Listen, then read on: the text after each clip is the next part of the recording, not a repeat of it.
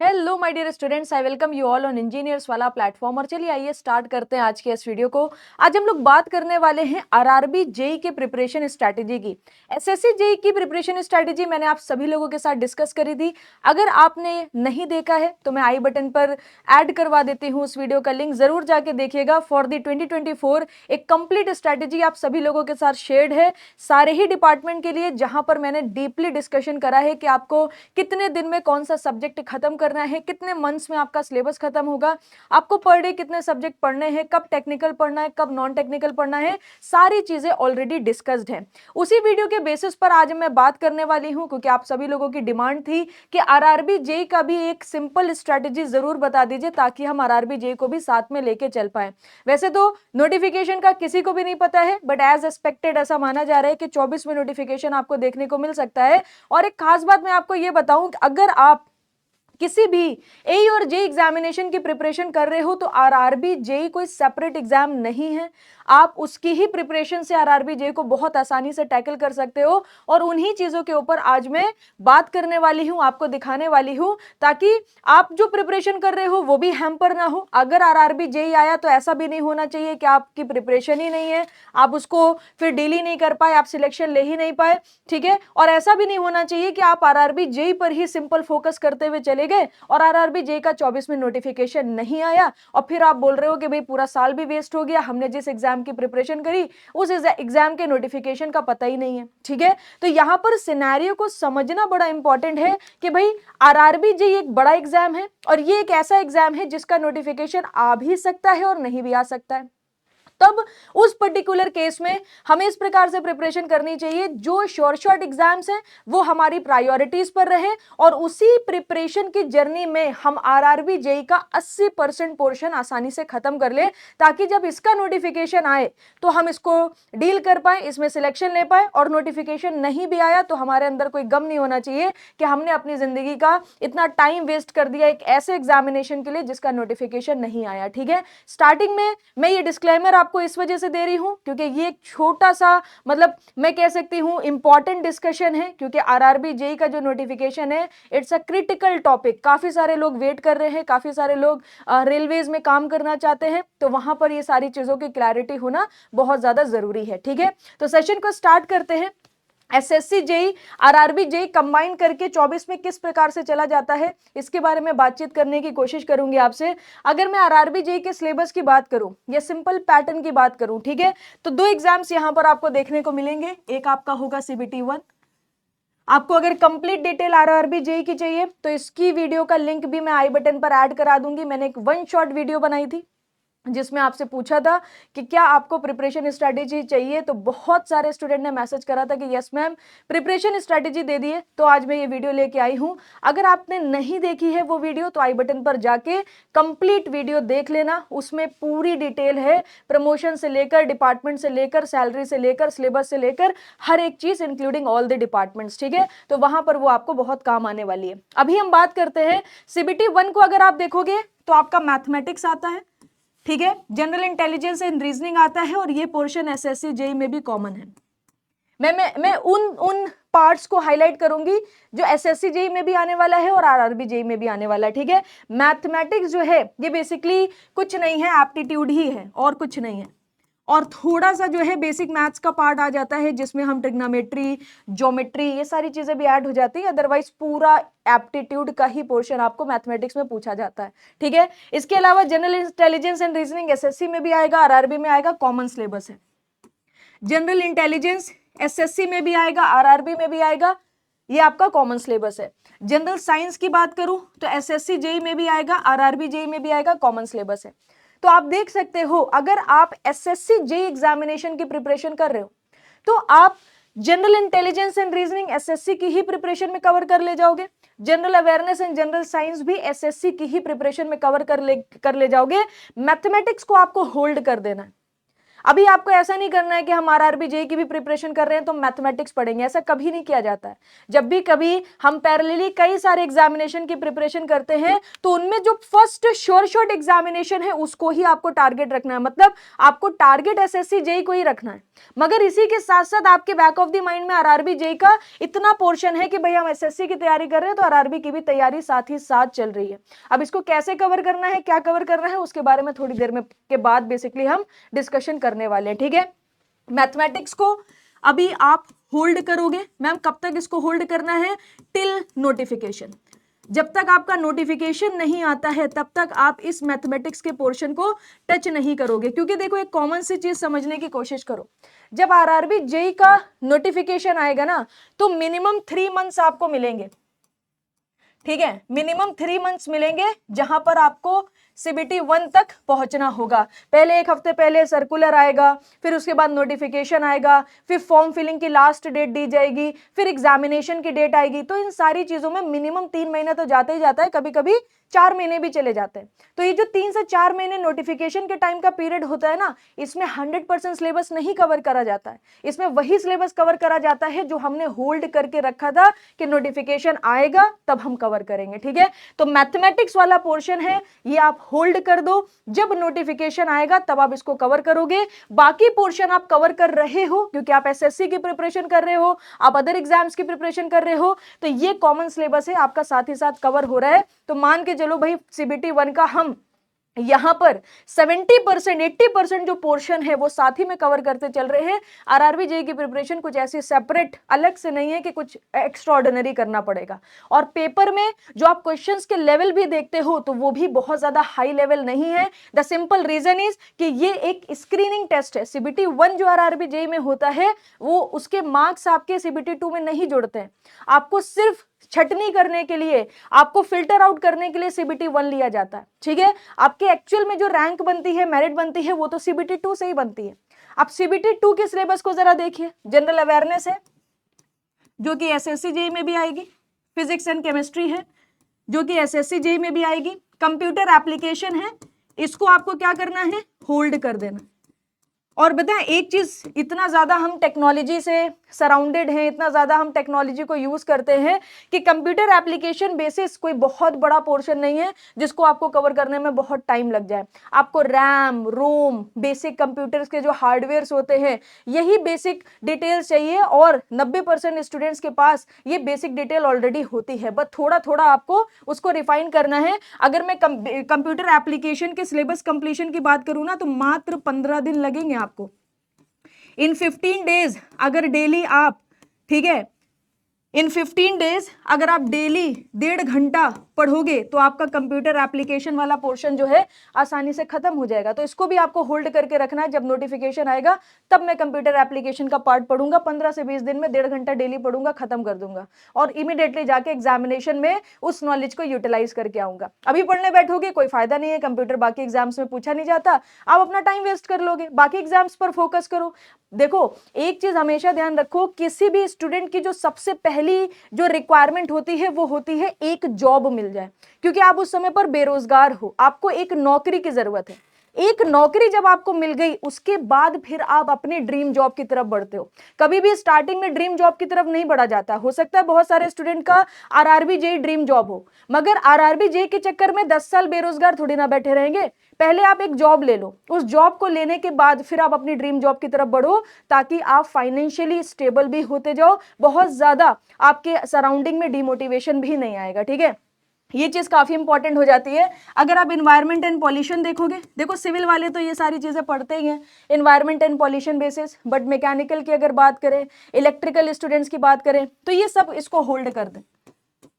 क्यों होल्ड करना है भाई? जब नोटिफिकेशन आएगा तब इन्वायरमेंट एंड पॉल्यूशन बेसिस हम डिस्कस करेंगे, अच्छे से रिवीजन करेंगे, प्रैक्टिस करेंगे और इस पूरे सिलेबस को कंप्लीट करेंगे। इसको कंप्लीट करने में भी आप मान के चलो 20 दिन ही लगने वाले हैं। 20 दिन में आपका ये पोर्शन भी खत्म हो जाएगा।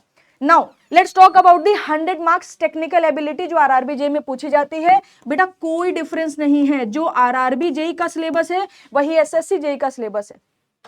अब डिफरेंस क्या आ जाता है मैम, वेटेज का डिफरेंस। अब एक चीज सोचने की कोशिश करो, तुम सिविल इंजीनियरिंग के हो, तुमने बिल्डिंग मटेरियल पढ़ लिया, तुम इलेक्ट्रिकल इंजीनियरिंग के हो, तुमने बेसिक इलेक्ट्रिकल पढ़ लिया, तुम मैकेनिकल इंजीनियरिंग के हो, तुमने थर्मोडायनेमिक्स पढ़ लिया। अब उस सब्जेक्ट से आपको एसएससी जेई में 10 क्वेश्चन पूछे जा रहे हैं और आरआरबी जेई में 20 क्वेश्चन पूछे जा रहे हैं, तो क्या ही फर्क पड़ता है? अल्टीमेटली क्या है, तुम्हें सब्जेक्ट आना चाहिए, तो तुम्हें सब्जेक्ट सीखना है।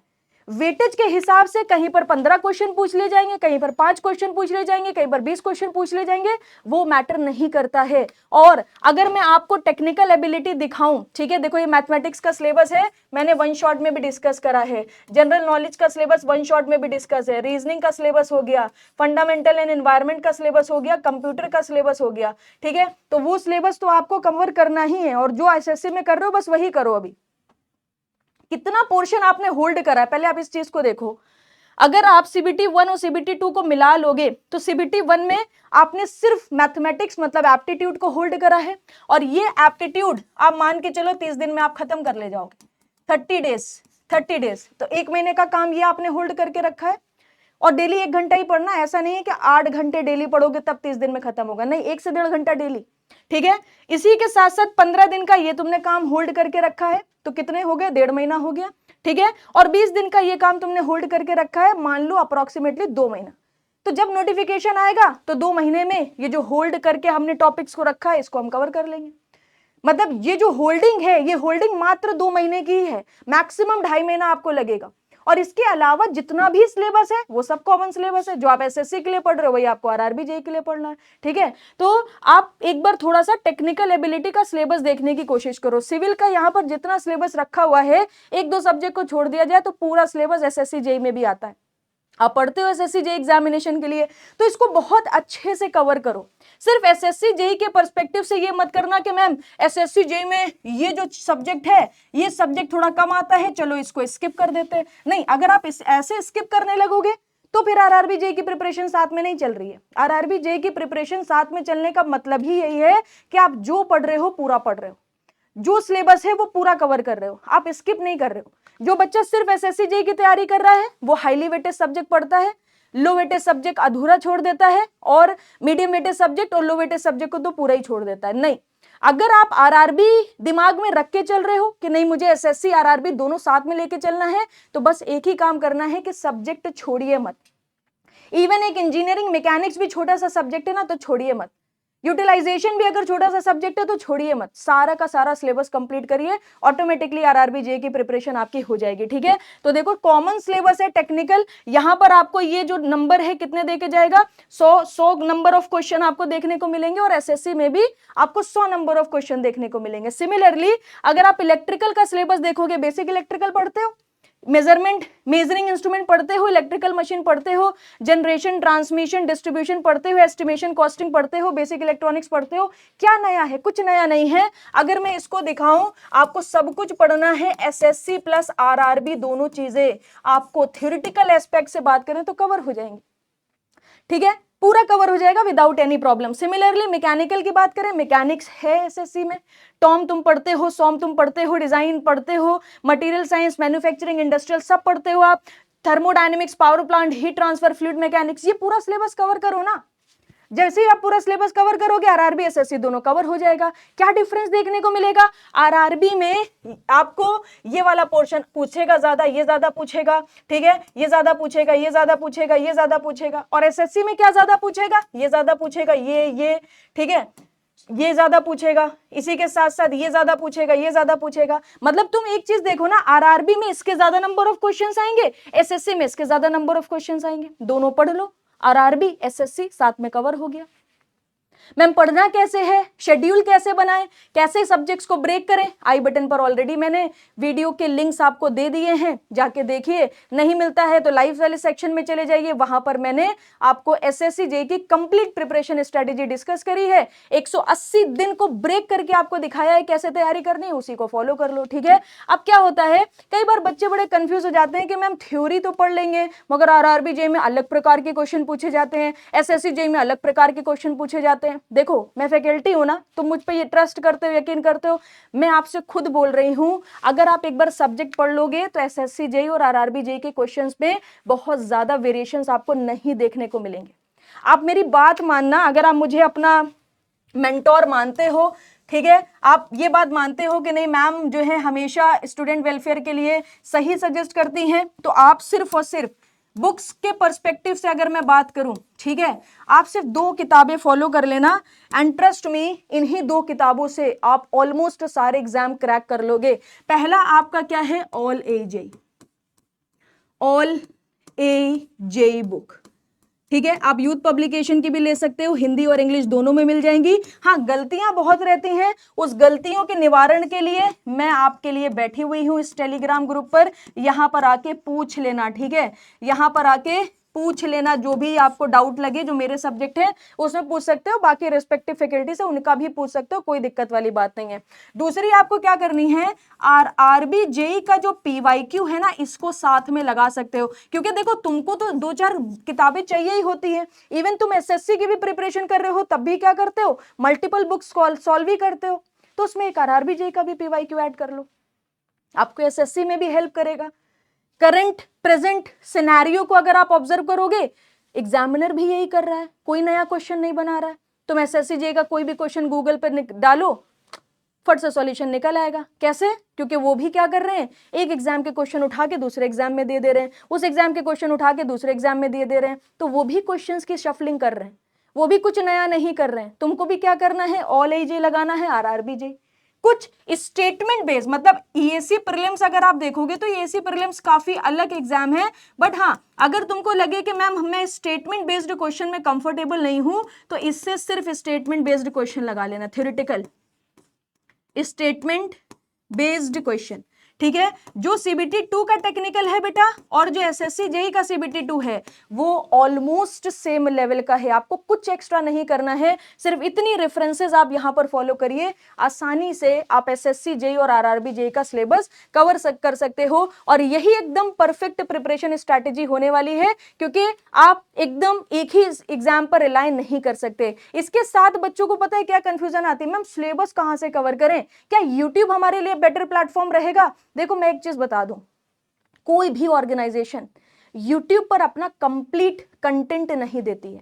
दूसरी चीज, YouTube पर आपको प्रैक्टिस शीट्स नहीं मिलती हैं, YouTube पर आपको कंप्लीट नोट्स नहीं मिलते हैं, YouTube पर आप टेस्ट नहीं दे पाते हो, YouTube पर आपको फैकल्टी की मेंटोरशिप नहीं मिलती है, YouTube पर आपको डाउट फैसिलिटी नहीं मिलती है, और स्कैटर्ड कंटेंट मिलता है। एक प्लेटफॉर्म पर जाते हो एफएम पढ़ने, दूसरे प्लेटफॉर्म पर जाते हो यूटिलाइजेशन पढ़ने, तीसरे प्लेटफॉर्म पर जाते हो बीएमसी पढ़ने, चौथे प्लेटफॉर्म पर जाते हो थर्मोडायनेमिक्स पढ़ने। तो सबसे बेस्ट क्या है कि आप एक किसी कोर्स के साथ एनरोल्ड हो जाओ, कोई भी कोर्स हो सकता है। जैसे अगर आप अभी प्रेजेंट टाइम पर देखोगे तो अशोका सी है, ठीक है, अगर आपको हमारा कंटेंट ठीक लगता है, आपको लगता है कि नहीं ये लोग अच्छा पढ़ाते हैं, ढंग का पढ़ाते हैं और काम का पढ़ाते हैं, तो आप इसको भी चेकआउट कर सकते हैं। आई एम नॉट सेइंग कि go for this course, you can go for any course, कोई भी कोर्स के लिए जा सकते हो, बट हाँ एक आरआरबी जेई का जो डेडिकेटेड कोर्स है और जो अशोका बैच सी है 24 वाला, इसमें भी आपको पूरा कंप्लीट सिलेबस मिल जाता है। पीडब्ल्यू ऐप पर जाके आप इसको एक बार चेकआउट कर सकते हो सकता है आपके काम का आपको कुछ देखने को मिल जाए, ठीक है। इसी के साथ एसएससी जेई की प्रिपरेशन स्ट्रेटेजी आप जरूर देखिएगा, उसमें मैंने डे बाय डे करके डिटेल में सारी चीजें डिस्कस करी है, तो मैंने आपको कंप्लीट प्रिपरेशन स्ट्रेटेजी भी बताई। हाँ एक चीज और बता दूं, जो भी ऐसे स्टूडेंट हैं, ठीक है, जो 25 की तैयारी कर रहे हैं, क्योंकि मैंने वहां पर जो प्रिपरेशन स्ट्रैटेजी डिस्कस करी है वो 24 के लिए करी है, वर्किंग के लिए भी करी है, नॉन वर्किंग के लिए भी। जो 25 के स्टूडेंट हैं उनको क्या करना चाहिए, उनको डेली एक टेक पढ़ना चाहिए और एक नॉन टेक पढ़ना चाहिए, नॉन टेक, ठीक है। क्या करना है, नोट्स बनाने हैं, सेशंस देखकर प्रैक्टिस करनी है, ठीक है। एक टेक पढ़ो, नॉन टेक पढ़ो, और जो आपका वीक होगा वीकली आपको रिवीजन करना है। Revision plays a very important role. इस तरीके से स्लोली चलो, क्योंकि जो 25 के स्टूडेंट है डेफिनेटली वो कॉलेज गोइंग होंगे। एक टेक्निकल आपको 2 घंटा डेली पढ़ना है, 2 आवर पढ़ो, आप कॉलेज गोइंग स्टूडेंट हो, और 1 आवर आप नॉन टेक्निकल पढ़ो। 3 घंटे की आपकी ये क्या हो गई, 3 आवर की आपकी क्लासेस हो गई। और इसके अलावा कॉलेज में कॉलेज में थोड़े बहुत नोट्स वगैरह देखने हैं, बनाने हैं, रिव्यू करना है, क्विक रिवीजन करना है। कॉलेज का एक पीरियड एटलीस्ट आप यूटिलाइज कर लो, और ये पीरियड आपको डेली एक मिल ही जाता है, ये बात आप भी जानते हो। इसके लिए मुझसे ये मत कहना मेरे पास तो कोई खाली पीरियड ही नहीं है। कई बार आपको लाइब्रेरी मिलता है, किसी दिन फैकल्टी नहीं आता, और कुछ पीरियड आप खुद भी बंक कर देते हो। और मैं एक बहुत अच्छी बात बताऊं, कॉलेज इतनी प्यारी जगह है, जब वो किसी बच्चे को देखता है ना कि ये बच्चा कॉलेज बंक करके कैंटीन नहीं जाता है, लाइब्रेरी जाके बैठता है, तुम हर बार कॉलेज में एक क्लास बंक करके लाइब्रेरी में जब पाए जाते हो ना, तो फैकल्टी के अंदर आपके लिए रिस्पेक्ट बढ़ती है, और वो आपको डिस्टर्ब नहीं करता है। वो जानता है कि ये क्लास बंक करके गया है मगर लाइब्रेरी में बैठ के पढ़ रहा है, इसका विजन बड़ा है, मिशन बड़ा है। ठीक है, तो हमेशा ध्यान रखो, जब आप मेहनत करते हो ना तो कॉलेज भी आपको सपोर्ट करता है। तो कॉलेज का भी कुछ टाइम आप बहुत प्रॉपर तरीके से यूटिलाइज कर सकते हो। कुछ कॉलेज में आप छुट्टी कर सकते हो, फेस्टिवल की छुट्टी मिलती है, वो सारी चीजों को यूटिलाइज करके आप एज सून एज पॉसिबल अपने सिलेबस को कंप्लीट करिए। ठीक है, सो होपफुली सेशन आपके लिए यूजफुल रहा होगा। इसके अलावा भी कोई डाउट हो, कोई क्वेश्चन हो, कोई चीज मेरे से रह गई हो, कमेंट सेक्शन में पूछ लेना। अदरवाइज आपको मैंने अपना टेलीग्राम ग्रुप भी दे दिया है, यहां पर भी आप आके मेरे से पूछ सकते हो विदाउट एनी प्रॉब्लम। ठीक है, लामिया मैम PW आप टेलीग्राम पर सर्च कर लेना। सो होपफुली सेशन आपके लिए यूजफुल होगा। Thank you very much, good bye, take care.